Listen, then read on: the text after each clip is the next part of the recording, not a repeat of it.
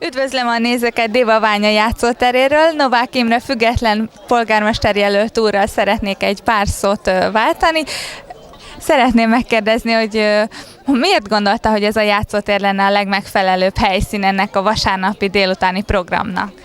Nagy tisztelettel és szeretettel köszöntöm Önt és Önöket. Köszönöm szépen a kérdést és a lehetőséget arra, hogy válaszolhatok a Ön által felmerülő kérdésekre.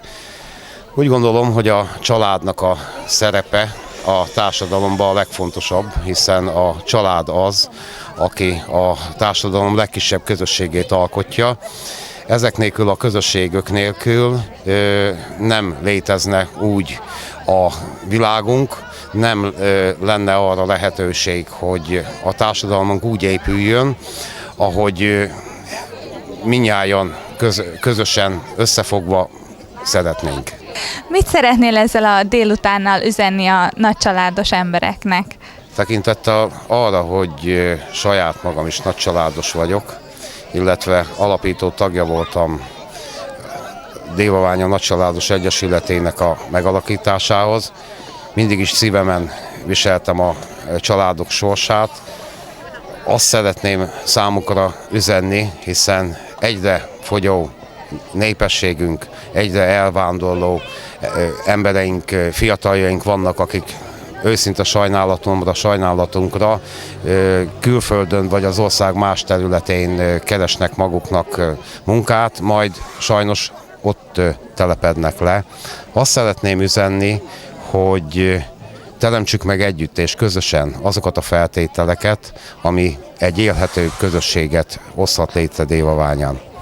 Mi lenne az, amivel tudnád támogatni a nagycsaládosokat, illetve a nyugdíjasokat is? Tehát akiknek van családja, mivel tudnád őket támogatni? A mai délutánra szól-e ez a kérdés, vagy az élet további részére? A mai délutánon nyilván, hogy az én kampányadta lehetőségeim korlátozottak, nem tudok milliókat áldozni a kampányra, így egy kis gesztusértékű, de mégis családias környezetű, családias hangvégú környezetben egy nagyon minimális kis vendéglátással, néhány színes léggömbbel, vattacukorral kedveskedünk az itt lévőknek, illetve arcfestés, kreatív foglalkozás zajlik, amit úgy látszik, hogy a gyerekeknek a nagy örömére. Ez a mai délutánról szól, a távlatokról viszont az, amit a kampányomnak a jelmondata, alapgondolata, hogy megélhetés mindenkinek, egy élhető környezetben, abban az esetben, ha munkahelyet teremtünk, egy olyan munkahelyet teremtünk a településre, amely mindenki számára nem csak egy minimálbér egy minimális létfeltételt biztosító jövedelmet biztosít, akkor abban az esetben úgy gondolom, hogy élhetőbb lesz a közösség. Boldogabbak lesznek a nyugdíjasok is, hiszen nem kell abból a kis összekuporgatott nyugdíjukból még segíteni gyermekeiken, unokáikon. Azt szeretném megkérdezni még, hogy a te gyermekkorodban voltak-e ilyen lehetőségek? Tudtak-e neked ilyet nyújtani, vagy te ezt szeretted volna pótolni ezzel a délutánnal?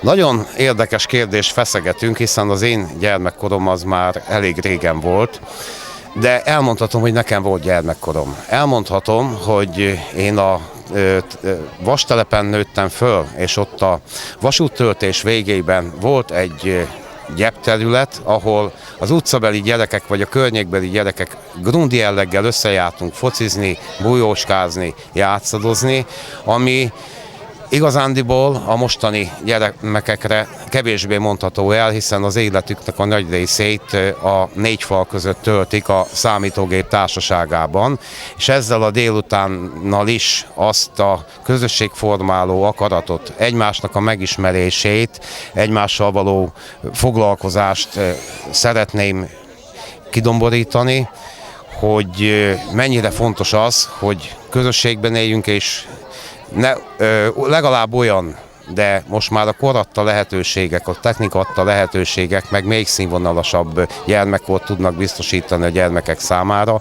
de a legeslegfontosabb az, hogy közösségben és ne a négy fal között a számítógép társaságában üssék el az időt. Imre, honnan jött az ötlet, hogy vattacukorral és lufival kedveskedj a gyermekeknek? A vattacukor és a lufinak az ötlete tulajdonképpen azt szimbolizálja, hogy nem csak a drága játékok, nem csak a nagyon értékes dolgok, amit kevesen engedhetnek meg maguknak, hiszen földrajzilag olyan településen élünk, akikhez a befektetők kevésbé jutnak el, akiknek van egy minimális anyagi lehetőség, amiből ki kell tudni gazdálkodni a családnak a költségvetését.